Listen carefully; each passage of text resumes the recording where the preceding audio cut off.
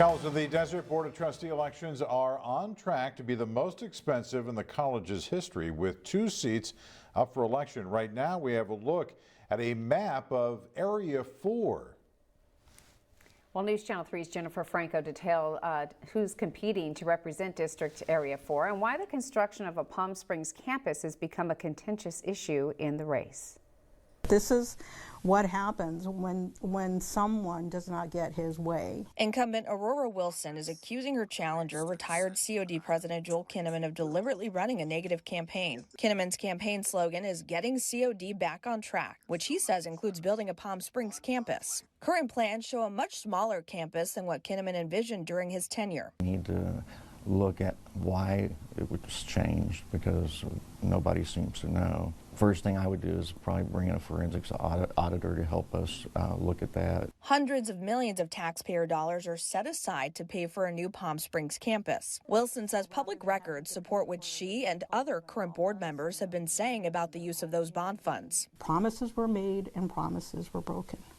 And it is very unfortunate, but promises were made by the retired president. They were not made by the Board of Trustees. Kinnaman claims he kept all of his promises. Some people say they want a reference where we mention having sites. And that is something we were exploring, is having sites, but those aren't the priorities on the facilities master plan that's on file with the state chancellor's office. In 2016, the board approved a phase 1 for the Palm Springs campus, but Wilson says that's not what they were shown a year ago. There was anything about any kind of hotel, any kind of bungalows. That was never approved by the board. Meanwhile, Kinnaman says the public deserves to see the planning documents before Election Day. There is a source that I know that has told me that they were directed to delay giving public records.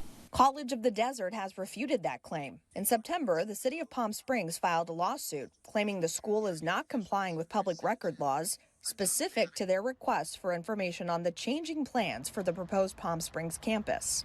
If it comes after the election, I'm sorry, it'll work out either way. The end product will work out either way, but our student needs come first. Now, Kinnaman says he's offering new policies to promote transparency. You take an oath of office, you need to maintain the public's trust. He also wants to tackle other issues at the college. Right now there's 18 vacant faculty positions going unfilled, and there's not enough classes for students to take in certain areas. Meanwhile, Wilson says she has goals she wants to make sure are in place if she's reelected to a third 4-year term. That includes advocating for diversity and inclusion and to continue to keep an eye on our bond funds and to make sure that they are being used properly and wisely, because again, these are property tax dollars. In Palm Desert, Jennifer Franco, News Channel 3.